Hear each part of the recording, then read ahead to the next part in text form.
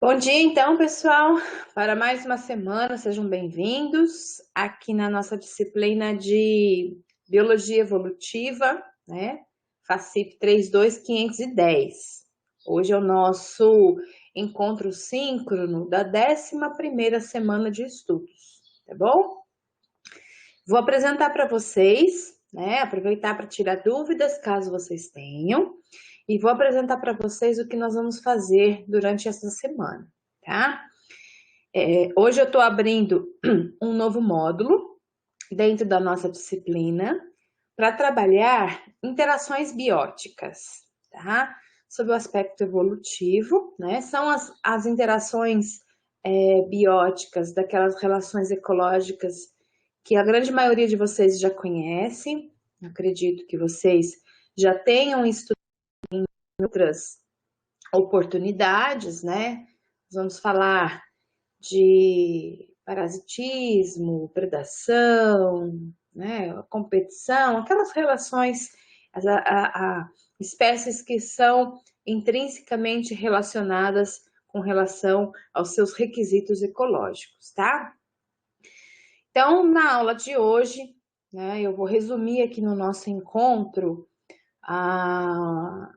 os principais padrões e as principais tendências evolutivas, considerando, né, esta questão das relações bióticas ao longo do tempo geológico. Então, a gente vai olhar dentro do Fanerozoico como que se deu esses padrões, se é possível reconhecer padrões, tá? E hoje a gente fala um pouquinho dos padrões e na próxima semana a gente fala um pouquinho do processo. Então, hoje a gente trabalha interações bióticas sob o olhar evolutivo ao longo do Fanerozoico e na próxima semana a gente vai tratar de coevolução, beleza?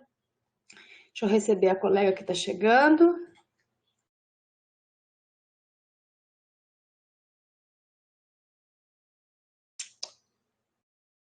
Deixa eu conferir com vocês em que fórum que nós paramos, porque hoje não tem.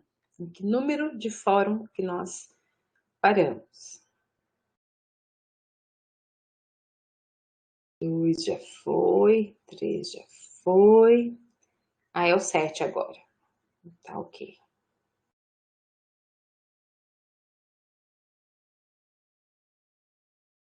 Ah, tá, é hoje. Hoje, então, só lembrando a turminha, né?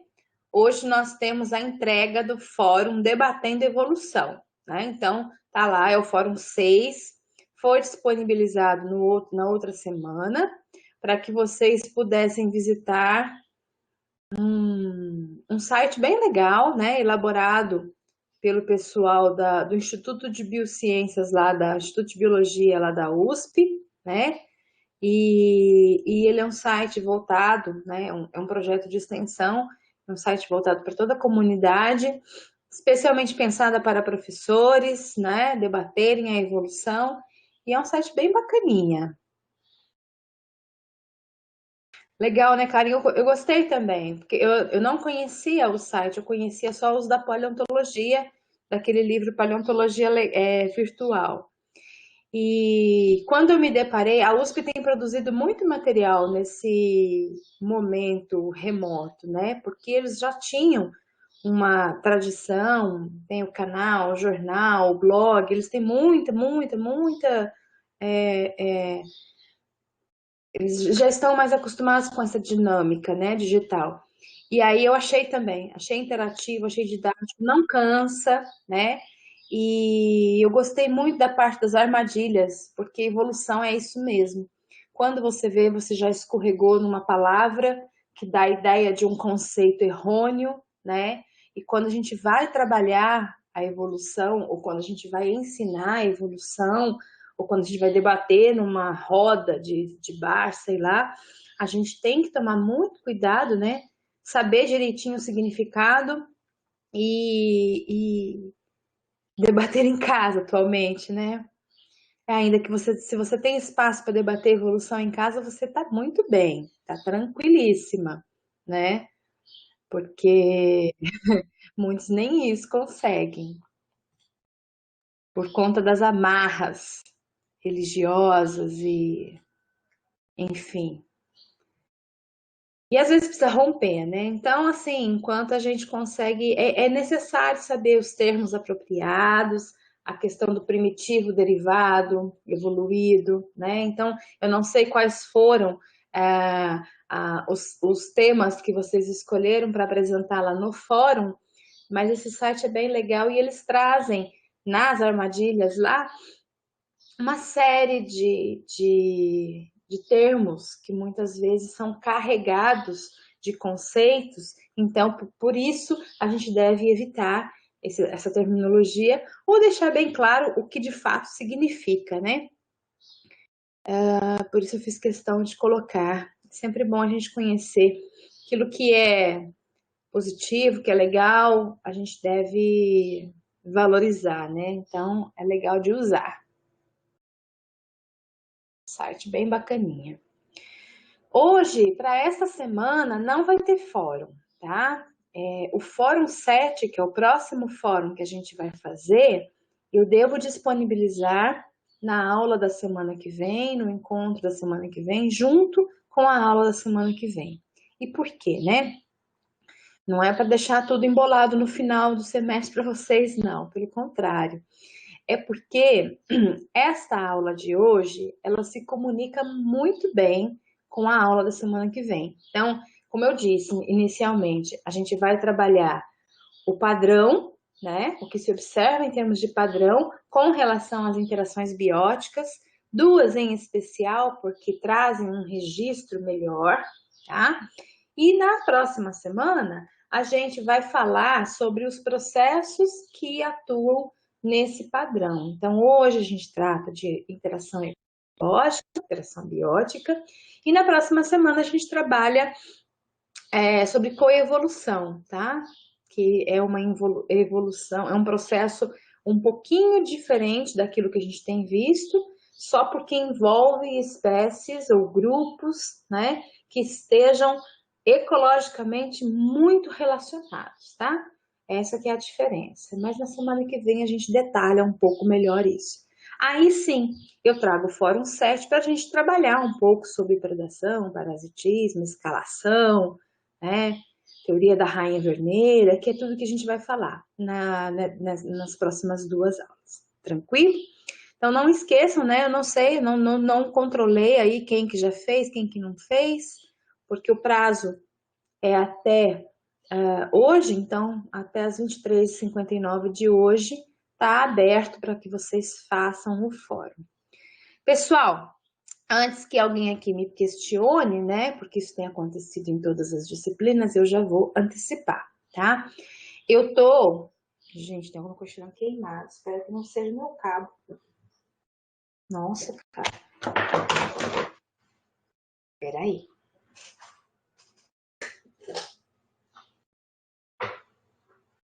Não, não é o cabo, não. Cheirou queimado, cheirou?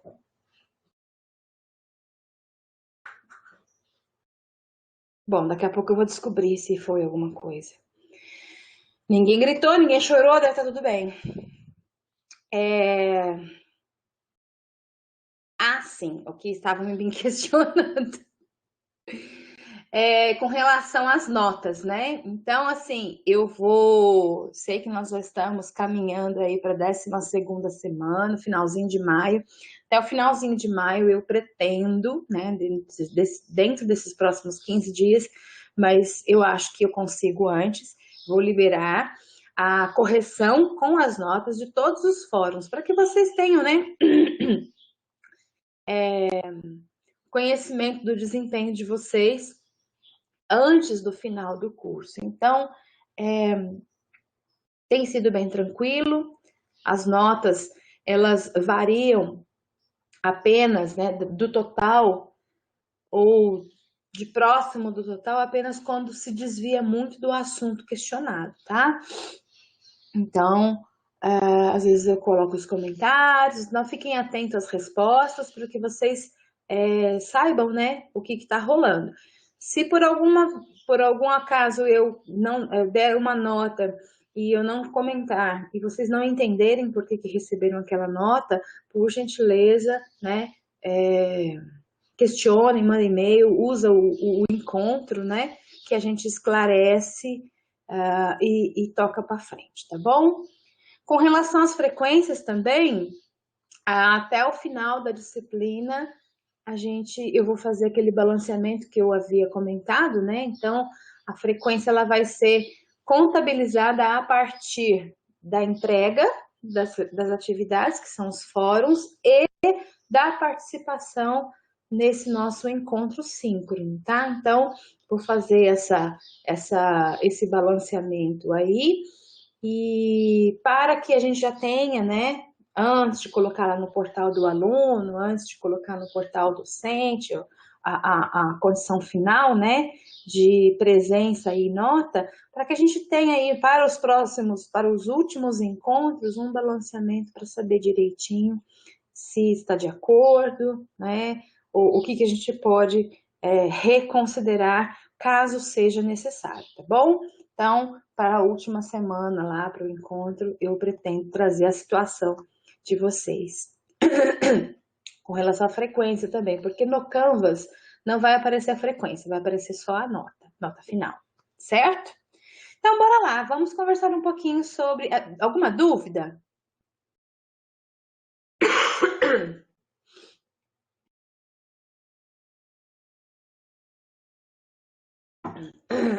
Então, vamos conversar um pouquinho sobre as interações bióticas, que foi exatamente o que eu abri hoje. Deixa eu compartilhar minha tela. Lá no Canvas, pessoal, vocês terão a videoaula disponível para vocês, tá? Que é a videoaula exatamente desse PowerPoint que está aberto aqui. Mas, né, é mais pausado, é uma aula gravada. Então, agora eu vou apenas resumir, né, o cerne daquela videoaula, mas aí depois vocês assistam, por gentileza, com mais calma, com mais tranquilidade, para entender direitinho o que está acontecendo, tá bom? Então, na verdade, a gente vai trabalhar, né, como eu disse, as interações bióticas ao longo aí do Fanerozoico, tá? Então, quando a gente olha para paisagens antigas, né, uma reconstrução como essa que está na tela aí de vocês,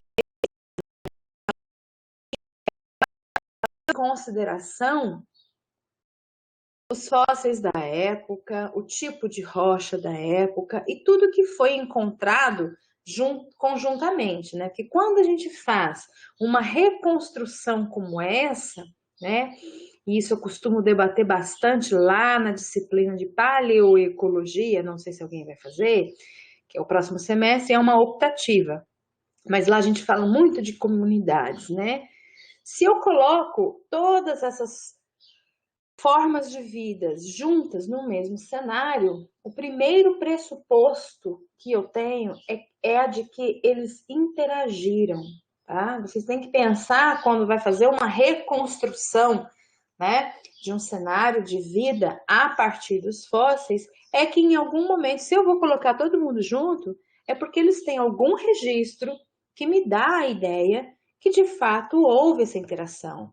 Então, por exemplo, se eu tenho herbívoros e carnívoros, né, dentro dessa herbivoria, quais seriam os vegetais fonte de alimentação? Então, são esses que eu vou colocar aqui. Os restos estão sempre associados a corpos de água ou a situações pantanosas, então sempre vai ter uma aguinha ali, né? Já tinha uns artrópodes, já tinha... Então, este cenário, que é um exemplo aqui do Carbonífero, né, finalzinho aí do Paleozoico, já começando o Mesozoico, com esses vertebrados todos aqui, que são os ancestrais dos mamíferos, né? Já estão em terra, já tem... Então, toda essa informação que a gente pode resgatar a partir de uma única imagem, ela tem que ser cientificamente corroborada. Então, eu jamais posso colocar uma libélula junto com um sinapsídeo aqui, um terapsídeo aqui, se eles nunca conviveram, se eles nunca foram achados nas mesmas rochas. Por quê? O fato de estarem ocupando o mesmo espaço já faz com que eles sejam, ou com que eles estabeleçam uma interação biótica. Ao menos competição eles têm, né? Então, vai ter competição por espaço, competição por alimento. Então, muitas dessas relações bióticas, elas não ficam registradas, porque a relação em si é difícil de ficar registrada no registro sedimentar. Mas conhecendo os ecossistemas atuais, a gente consegue, né, transpor algumas dessas relações para o passado, tá? Por sorte, algumas destas relações bióticas deixam marcas, e essas marcas ficam registradas ao longo do registro sedimentar, tá?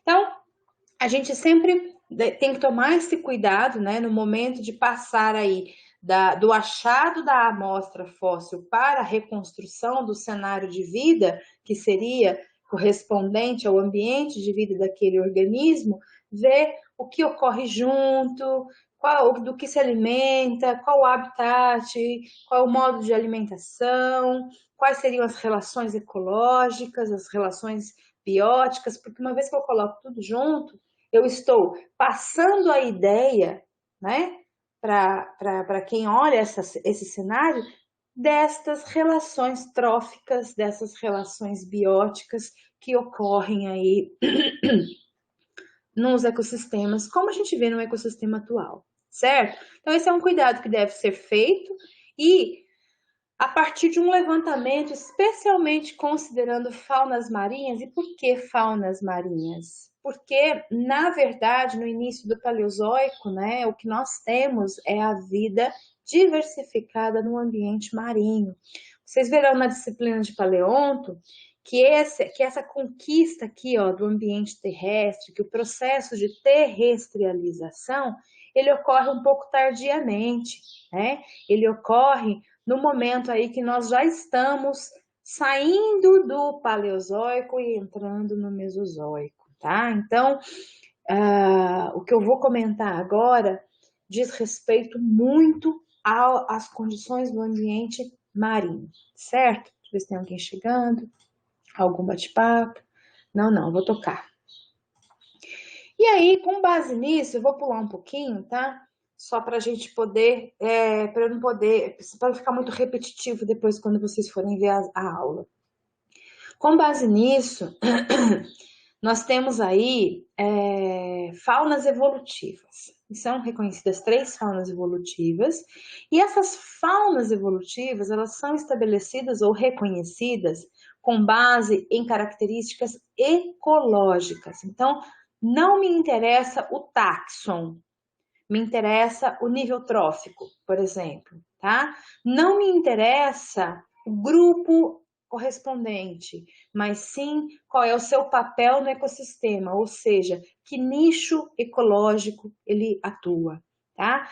Porque com base nesses padrões, né, os autores reuniram aí todo o conhecimento que se tinha e conseguem reconhecer que existem padrões macroevolutivos, né, de características que ecologicamente me mostram uma situação que eu chamo de fauna cambriana, aí depois uma outra situação um pouco distinta que eu chamo de fauna paleozoica e depois a fauna moderna, tá?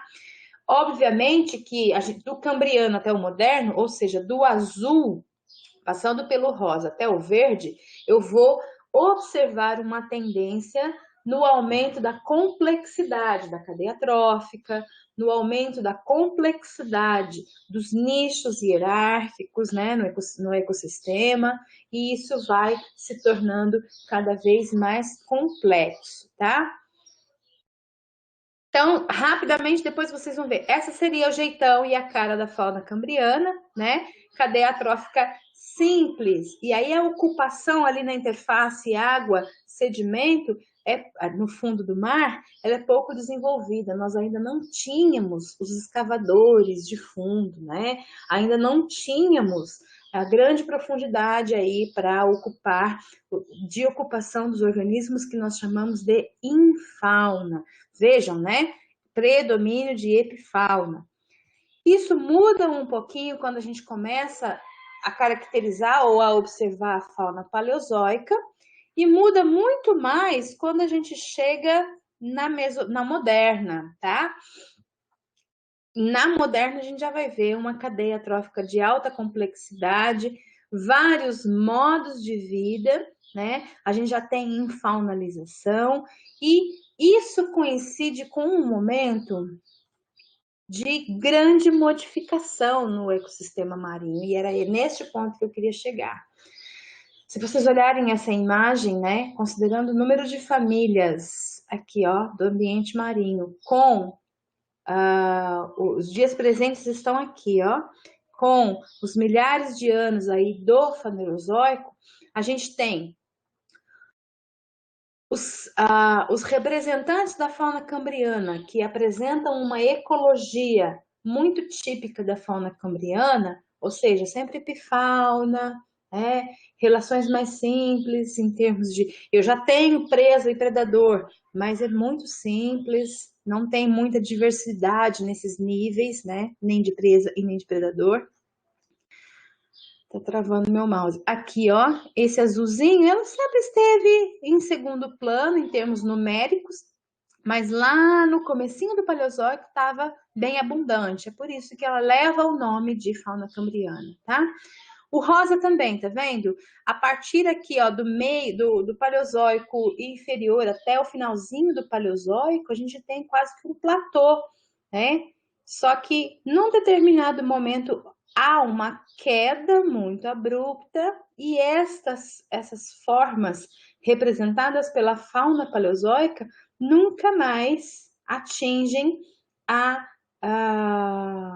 maioria nos ecossistemas com relação, né, à sua chegada aqui até o ambiente, até os dias modernos, até os dias atuais. Enquanto que a verdinha, vamos dar uma olhadinha aqui, ó, que eu estou chamando de fauna moderna, ela vem de um background, assim, ela está em segundo plano no cenário, no ambiente, né? E num determinado momento, que coincide com a queda da fauna paleozoica, a gente vai ter essa inversão, né? E aí sim, esse grupo, né? Eles estarão com mais representatividade aí do Mesozoico até o Cenozoico para os dias atuais, tá? O que representa, né, esta inversão de curva aqui? Isto coincide com o momento de uma grande extinção, uma extinção do Permiano para o Triássico. Vou falar na última aula para vocês, tá? Que são os processos que moldam a diversidade, a biodiversidade. E pior, né? Vou falar nessa disciplina e vou falar lá na biogeografia também. Então pode... Mas nunca se repete, nunca fica igual. Então, sempre tem uma informação extra. E aí, é exatamente nesse momento aqui, ó, que aumenta. A gente vai ter mais interação ecológica, eu vou ter uma maior diversidade em cada guilda, né, que é a ocupação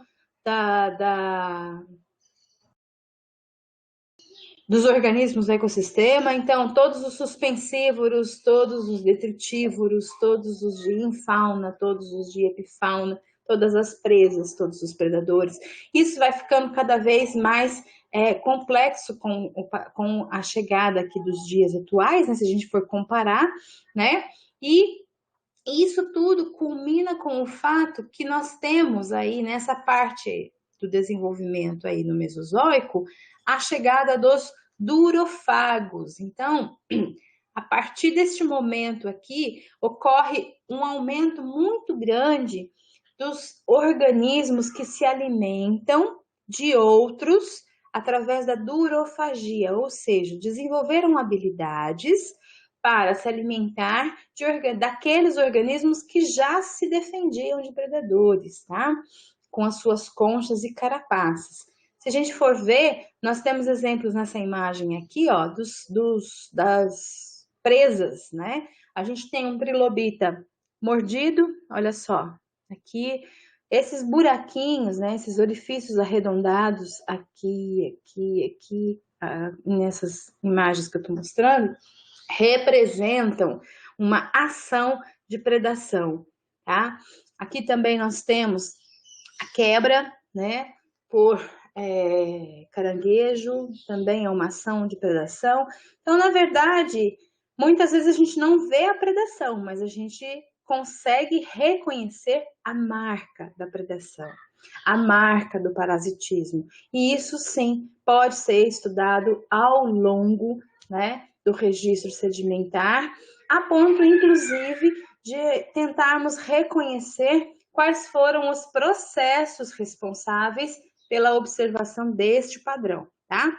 Os processos eu vou falar na aula que vem, quando a gente for tratar de coevolução. Por enquanto, estou apresentando os padrões para vocês. E aí a gente tem vários, né? Vários tipos de ação ecológica, de interação ecológica, inclusive com registros aqui. Vocês podem depois verificar na aula, tem os na videoaula, né? Tem os parasitas, tem este caso, é muito bacana. Isso aqui é um crinoide, tá? E ele está sendo parasitado, olha só, esse parasita aqui, ele não é um parasita qualquer, esse bivalve aqui, ó, esse gastrópode aqui. Ele não é um parasita qualquer. O que esse cara fez? Ele estabeleceu a sua concha na região oral deste crinoide e ele está roubando a comida do crinoide, tá? Então, assim, olha que preservação excepcional, né? Então, é um cleptoparasitismo. Ele só simplesmente está ali e rouba a comida, né? Isso existe nos dias atuais e isso existe aí desde muito tempo. Graças a esta excelente preservação, a gente consegue reconhecer esse tipo de relação ecológica. Certo, pessoal? Cadê vocês? Aqui. Então, na verdade, na aulinha de hoje, o que nós temos lá? Nós temos reconhecimento de padrões macroevolutivos, considerando a ecologia dos grupos. Então, não me interessa se é o táxon A, B ou C, né? Eu vou reconhecer padrões de ocorrência, né, que foram mais comuns no Cambriano, que foram mais comuns no Paleozoico e que foram mais comuns na parte do moderno, do Mesozoico para o Cenozoico, considerando a ecologia, tá? Então, aqueles nomezinhos que eu destaco lá são todos considerando modo de vida e ecologia. Aí, depois disso, a gente fala um pouquinho sobre os tipos de relações bióticas que são mais estudados dentro aí da macroevolução, tá? Porque deixam registro. Obviamente que a competição, nenhuma delas deixa um registro direto, exceto aquela foto que eu acabei de mostrar, de um exemplo de cleptoparasitismo, em que um invertebrado está roubando o alimento do outro vertebrado e ele se estabelece na região oral, exatamente onde o invertebrado faz a corrente ali para tentar pegar o alimento, né? Exceto situações como essa, que ocorrem em flagra do ato em si, todas as interações bióticas, elas são estudadas a partir de evidências da ação, né? Mas elas são estudadas indiretamente, a gente parte da evidência das marcas deixadas. Então, muitas vezes a gente consegue recuperar, né, informações sobre predação por conta de se ter uma mordida, por conta de se ter um furo, por conta de se ter marcas que denotam aquela ação de predação. Parasitismo é a mesma coisa. Competição, por exemplo, aí depende muito, né, do conhecimento, dos princípios de atualismo, né, para a gente poder comparar os dias atuais com o que provavelmente poderia estar acontecendo no registro. Mas também é possível, né? A gente tem situações em que as preservações elas ocorrem, elas mostram alguma anomalia, alguma evidência diferente daquilo que a gente observa. E aí a gente consegue levantar as hipóteses de que provavelmente aquele ambiente estaria, né, submetido a altas competições entre grupo A e B. É possível também de se fazer, tá? É um mundo de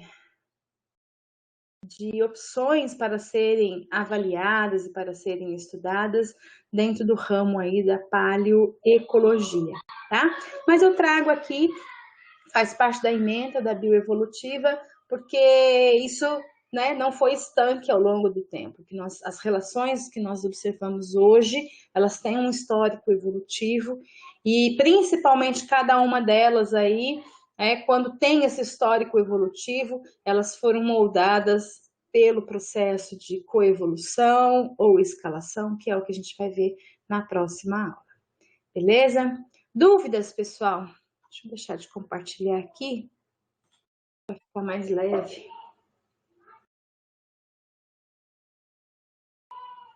Alguma dúvida? Sabrina, bom dia. Falar, cara.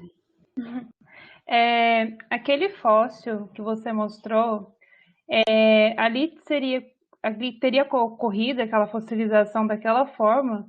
porque ambos morreram juntos? Como? Porque eu tô bem assim, achei muito legal, porque eu nunca tinha visto esse tipo de fóssil. Aquilo ali, Karen, é foto de livro, assim. É tão exceção à realidade, né? É tão raro que aquilo ali é foto de livro e foi um achado, assim, fora de série. Mas a fossilização, aquele fóssil foi encontrado daquela forma. Então, você tem o crinóide, né, com seus braços ambulacrais todos abertos, e aí o bichão em cima, que é um bivalve, um gastrópode que está se alimentando da corrente do próprio crinoide. Esse tipo de fossilização, ele só acontece, a gente vai falar muito disso em paleonto, mas esse tipo de fossilização, ele acontece sob condições muito específicas. Aqueles dois animais morreram, lógico que todos morrem vivos, né? Tem que estar vivo para morrer. Mas não morreram, não é que morreram vivos, mas eles começaram o processo de fossilização vivos, então eles foram soterrados vivos. E aí começa a transformação em registro daquele jeito, tá? Eles não tiveram tempo de se desintegrar, de se decompor, né, de se soltar. É praticamente aquele fóssil é praticamente uma foto mesmo de um instante de vida, é como se fosse muito rápido. Pá, de repente fossilizou, entendeu? Isso acontece em condições muito, muito, muito específicas, mas acontecem. É muito Muito legal. legal. É muito legal.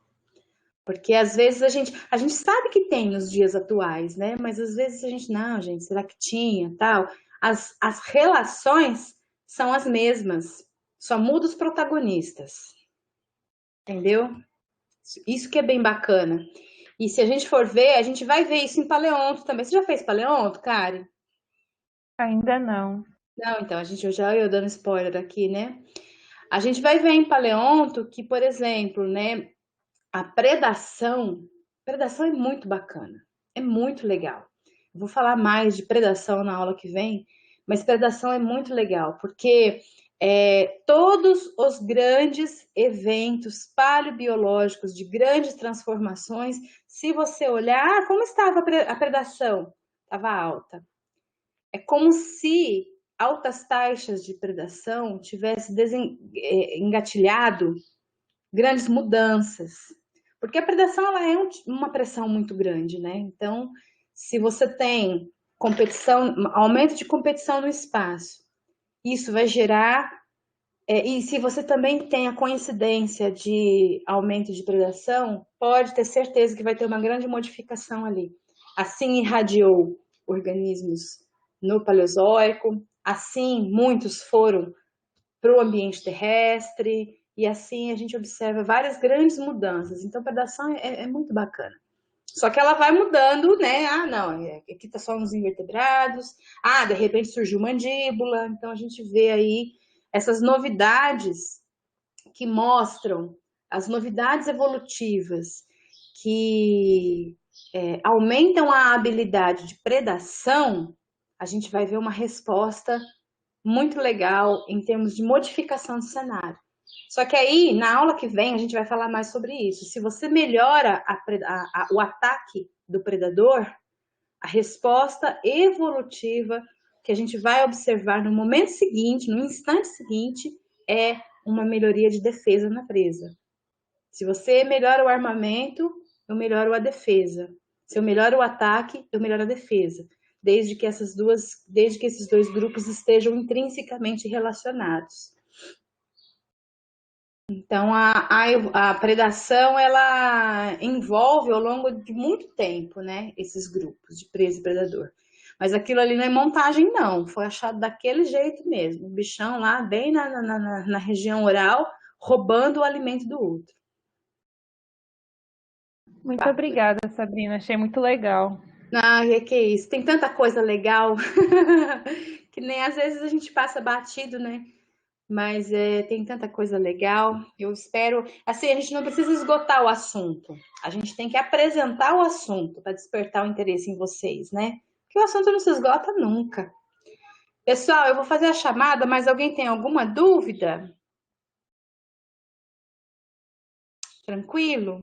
Vou abrir aqui o meu portalzinho. Na semana que vem a gente se encontra, tá? Ai, meu mouse tá meio bugado hoje. É falta do mousepad, na verdade. Aqui, ó.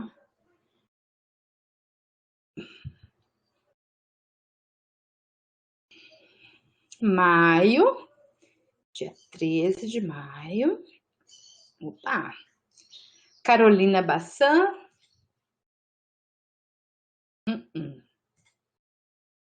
Gabriela. Larissa está aqui. Gustavo. Também não. Gustavo. João Vitor. Não. João Vitor, peraí. João Vitor aqui. Karen tá aí, Lisandra tá aí, Matheus. Tá aí também, né, Matheus? Nicole, Paula, Sofia. Matheus tá aí. Nicole também. Paula, Sofia. Sofia. Eu misturei Paula com Sofia. Aí ficou Sofia. Sofia lá. Paula, Sofia. William. William tá aí? Não. Então, peraí. Vamos conferir, então, quem está aqui conosco. A Gabriela Larissa, a Karen, Lisandra, Matheus, Nicole, Paula e Sofia. Tá certinho, né?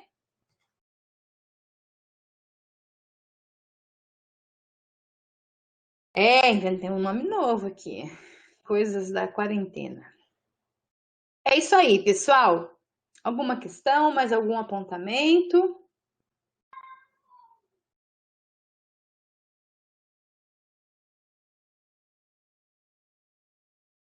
Eu que agradeço vocês, tá?